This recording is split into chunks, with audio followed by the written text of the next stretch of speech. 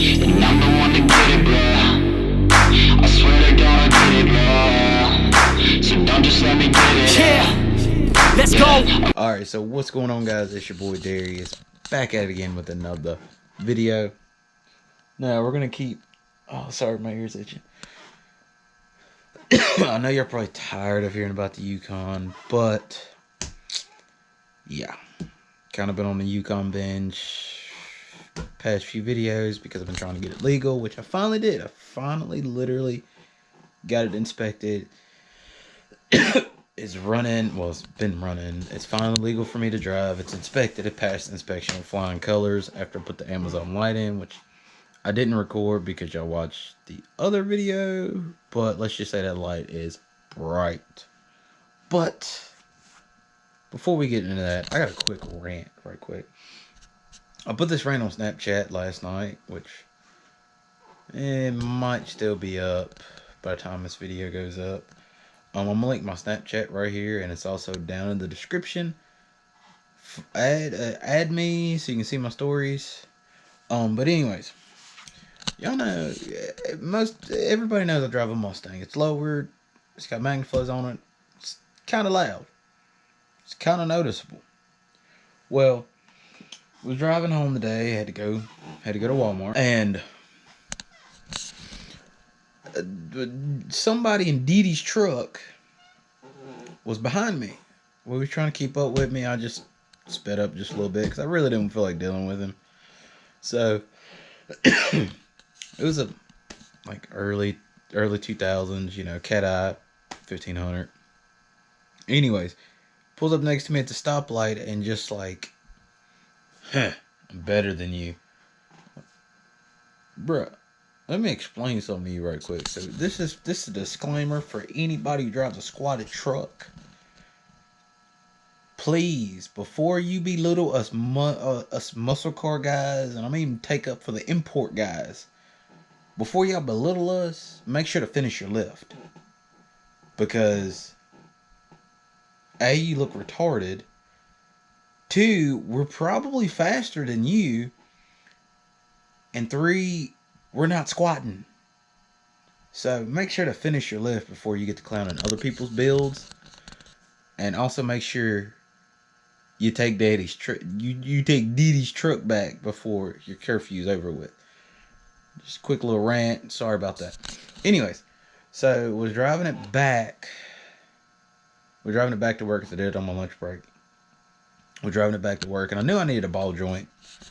I'd already knew that. I just was like, I'm just gonna wait a little bit. Like, I'm not rich by no means. I work a Monday through Friday job. I'm not rich. Work 40, 60, 80 hours a week. So I'm not rich by no means. So I was like, okay, I'll just drive it around for a little bit, you know, until I can afford it, until I can figure out which one it is. Driving it back to work, and wish I would have thought to record it so I could show y'all what happened, but I was not thinking. Literally, I had a slight vibration because the ball joint was going on. Like, it was very slight, you know, halfway noticeable. Driving it back, and literally the freaking steering wheel started shaking, and then I looked and the whole front end started shaking. Legit, whole front end. Oh my God! Oh my God! What the fuck? Jesus Christ! This is so fucking scary. So yeah, the whole front end was shaking. It was terrible.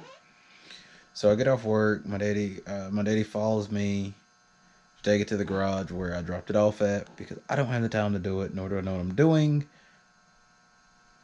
And I just don't really feel like fooling with it. So we take it and drop it off, go back to work, finish it out, and I'm on my way home, and my daddy calls me and he tells me what's wrong with the Yukon. Yes, it is rusted, but I didn't. Ball joints go out, so I literally was like, okay, it's got 212,000 miles on it. Who knows how the owner did it before I got it? So I didn't really care if the ball joints were going out. They always go out.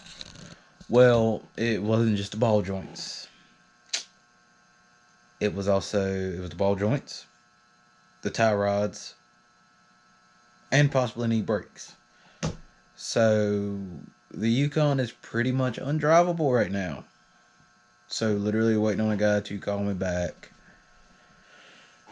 so we can get that rolling, so I can start driving that and quit driving the car and kind of focus on the car and be able to actually do more stuff to the car, because it's kind of hard to work on the car that you're kind of driving as a daily. So yeah, but I do have some things in the works for the car. I'm gonna try to put the parts on I got, and then I'm gonna try to order some more stuff for it. I'm gonna try to hit the drag strip at least once this year before they close. So we're gonna try to do that. But yeah, so like I said, the ball joints was already going bad. I just didn't know how bad they were. Well, the ball joints are going bad, and the tie rods were completely shot. Like, the mechanic literally looked at my daddy and said, "I'm surprised the wheel did not fall off." He said he literally lifted it up and shook the wheel, and it literally was just wobbling back and forth like it was about to come off. So, yeah. I'm a car down. Again, happens once a year. Remember last year I had the car down from the water pump, and now this year I got the Yukon down. So maybe next year will be our year where nothing's down and I can actually have both vehicles in my garage. I don't have a garage. Have both vehicles in the front yard at the same time all year. So, but yeah, just want to give you a quick little update on what happened with my daily. It broke. So, gonna get that back in line so I can start focusing on the car. But I miss elementary school, taking naps and drinking juice boxes. And then I myself a juice, snuggle with my blankie, and go nap. Miss those days.